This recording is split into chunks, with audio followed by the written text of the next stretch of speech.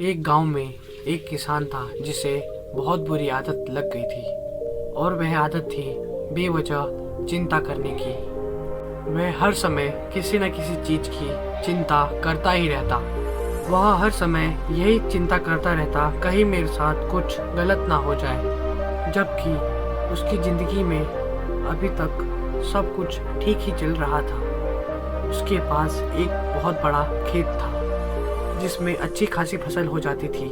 खेती करने के लिए 4 हट्टे कट्टे बैल थे, 2 बैलगाड़ियाँ थी, एक अच्छा घर था, एक पत्नी और 2 प्यारे बच्चे थे। लेकिन फिर भी वह बेवजह ही किसी न किसी अनहोनी के बारे में चिंता करता रहता। कभी वह सोचता, अगर मेरी फसलों में कीड़े लग गए तो क्या होगा?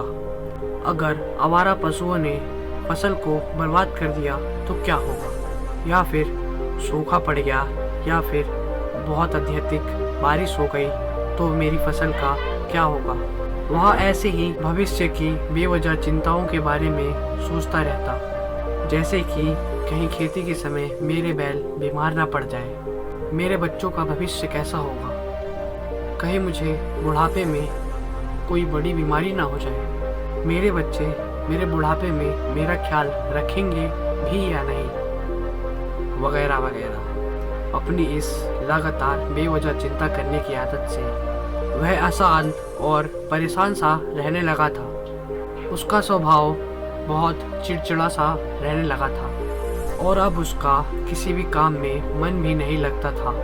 उसकी पत्नी ने भी इस बात का अनुभव किया कि उसे बेवजह चिंता करने की आदत पड़ चुकी है।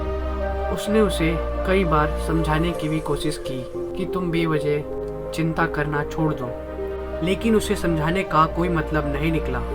तो फिर वह उसे एक दिन लेकर एक बौद्ध भिक्षु के आश्रम में पहुंचे। बौद्ध भिक्षु बहुत ही बुद्धिमान और ध्यानी व्यक्ति थे।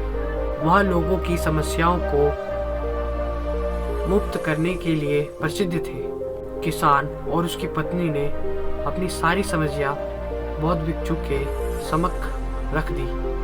किसान ने कहा, हे महात्मा, मैं हमेशा किसी न किसी बेवजह चिंता में फंसा रहता हूँ। मैं ज़्यादातर उन बुरी चीज़ों के बारे में सोचता रहता हूँ जो आज तक मेरे पास या फिर मेरे साथ हुई नहीं हो।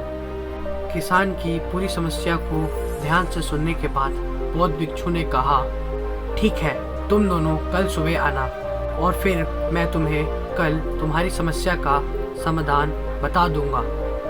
अगले ही दिन जब किसान और उसकी पत्नी बौद्ध भिक्षु के आश्रम में पहुंचते हैं, तब तो वह देखते हैं बौद्ध भिक्षु बहुत चिंतित अवस्था में एक जमीन पर पालती मारकर बैठे हुए थे और उनके सामने एक दूध से भरा हुआ गिलास रखा हुआ है। बौद्ध भिक्षु बार बार उस दूध के गिलास की ओर देखते रहे और कभी अपना हाथ सर पे रखते तो कभी जमीन पर मारते। वे बहुत ही चिंतित और बेचैन दिखाई पड़ रहे थे। भिक्षु को इस तरह परेशान देख किसान ने उनसे पूछा, महात्मान, क्या बात है? आप इतने परेशान क्यों हैं? बौद्ध भिक्षु ने बड़े ही बेचैनी शब्दों में कहा, मैं इस गिलास के दूध को लेकर बहुत ही चिंतित हूँ। मुझे चिंता हो रही है कि कहीं मुझे मेरी बिल्ली इस गिलास में रखे दूध को गिरा ना दे, कहीं ये दूध खराब ना हो जाए या फिर आश्रम का कोई शिष्य इसे पी ना जाए। मैं इसी बात को लेकर सुबह से बहुत परेशान हूँ। बौद्ध भिक्षु के मुंह से ऐसी बातें सुनकर किसान और उसकी पत्नी जोर जोर से हंसने लगे।